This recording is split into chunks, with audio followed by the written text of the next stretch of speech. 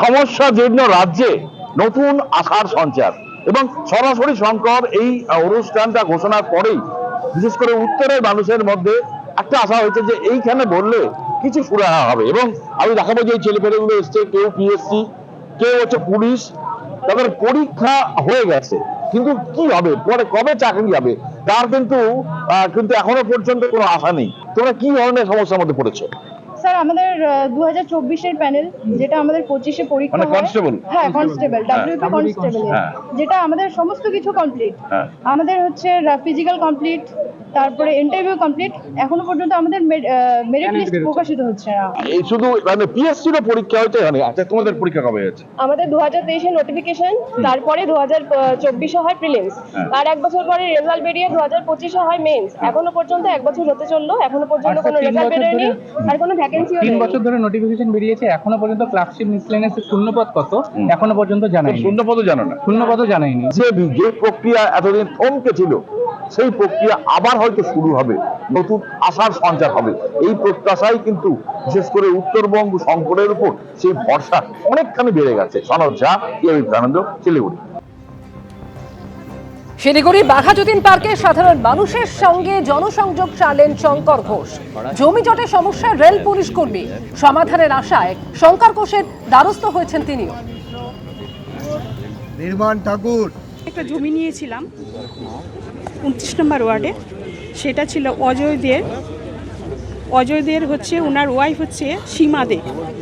সেটা হচ্ছে তার যার কাছে যে আমাকে বিক্রি করেছিল সেটা ছিল হচ্ছে তার হচ্ছে ভাগ্নি জামাই বিপ্লব তরফদার, ওর ছোট নাম হচ্ছে শঙ্কু তরফদার। ও আমার 5.5 লাখ টাকা নিয়ে এগ্রিমেন্ট করে, ওর সব কিছু আছে পেপারস আমার কাছে। ও তারপরে টাকা যখন দিতে চায় না, আমি বহু জোরজবস্তি করেছি, ওকেও টাকা দিতে চাচ্ছে না। ও আমাকে 3টে চেক দেয় আমাকে, ও 3টে চেকের মধ্যে 2 করে আর 1.5 দেয়। 3টা চেক দিয়েছে ও, 3টা চেকে আমি ব্যাংকে ফেলেছি, কিন্তু 3টা চেকে আমার বাউন্স হয়ে যায়। ও আমি যখনই ওর সঙ্গে দেখা হয় আমি বলি আমার টাকাগুলো কবে দেবে, ও টাকাগুলো দেবে না। কিন্তু তার যে হাজব্যান্ড এইখানে যে বিজেপি করে, একজন সভানেত্রী আছেন এখানে মহুয়া তরফদার, তারই হাজব্যান্ড হচ্ছে বিপ্লব তরফদার। কিন্তু আমরা আজকে যেহেতু সরকারে এসছি, তার জন্য আমরা একটা আশা করছি, দাদার কাছে আসছি এবং স্যারের কাছে এটাই আমরা চাইবো যে আমার টাকাগুলো যেন উদ্ধার করতে পারি। সেজন্য 100% প্যারা টিচার রিজার্ভেশন কোটায় আমরা আছি। তো আমাদের 15 সালে পরীক্ষা হয়েছিল, মানে 2 বছর হলো 90%-এর ক্লিয়ার হয়ে গেছে, বিগত সরকার করে গেছে। কিন্তু আমাদের বিভিন্ন টাল বাহানাতে আমাদের এই মানে বিগত 10 বছর থেকে ঝুলিয়ে রেখেছে। তাই আজকে আমরা দাদার কাছে এসেছি, যেহেতু আমরা নর্থ বেঙ্গল মানে অনেকটা দূরে থাকতাম, এতদিন আমরা কলকাতার সঙ্গে সেরকম যোগাযোগ করতে পারতাম না, যেতাম কিন্তু আমাদের অতটা দেখতো না। তো দাদার কাছে আমরা এসেছি যাতে আমাদের যে বাকি আমরা 1876 আমাদের প্যানেলাইজড হয়ে আছি, সেটা যাতে অবিলম্বে আমাদের একটু নিয়োগের ব্যবস্থা করে দেয়। আমরা 2004 সালের পার্শ্ব শিক্ষক, তো সবাই তো একটা আশা নিয়েই এক শিক্ষা প্রতিষ্ঠানে ঢুকে, সিনিয়র সেকেন্ডারি একটা স্কুল, আমি ফুলবাড়ি হাই স্কুল থেকে। তো এরপরে আমরা প্রচুর আন্দোলন করেছি, আপনারা সবাই সাক্ষী আছেন। আমাদের কেউ রিটায়ার হয়ে গেছে, কেউ অনশন করতে গিয়ে মারাও গেছে। ইনি যেটা করেছেন এটা তো বিয়ন্ড কোয়েশ্চেন। এইভাবে সবাইকে একটা জায়গায় ডেকে নিয়ে একজন প্রকৃত জনপ্রতিনিধি, এই যে কনসেপ্টগুলো, এগুলো মানুষের প্রতি ভালোবাসা থেকেই আসে। মানুষের প্রতি ভালোবাসাতে বলতে কাউকে যেতে হবে না, আমি এসছি, আমি এক জায়গায় এসেছি, তোমরা সবাই আসো। তো এই যে এত সুন্দর একটা কনসেপ্ট, আমরা ওই জন্য প্রথম সারিতেই আজকে নাম লিখিয়েছি এবং ওনাকে আমাদের তুলে দিয়েছি। আজকে আমরা 2004 সাল থেকে ঢোকার পর থেকে আমরা যে আন্দোলনটা করছি, যে সমকাজের সময় বেতনের যে বিষয়টা, এই বিষয়টা আমাদের ক্ষেত্রে কেন ইগনোর হবে?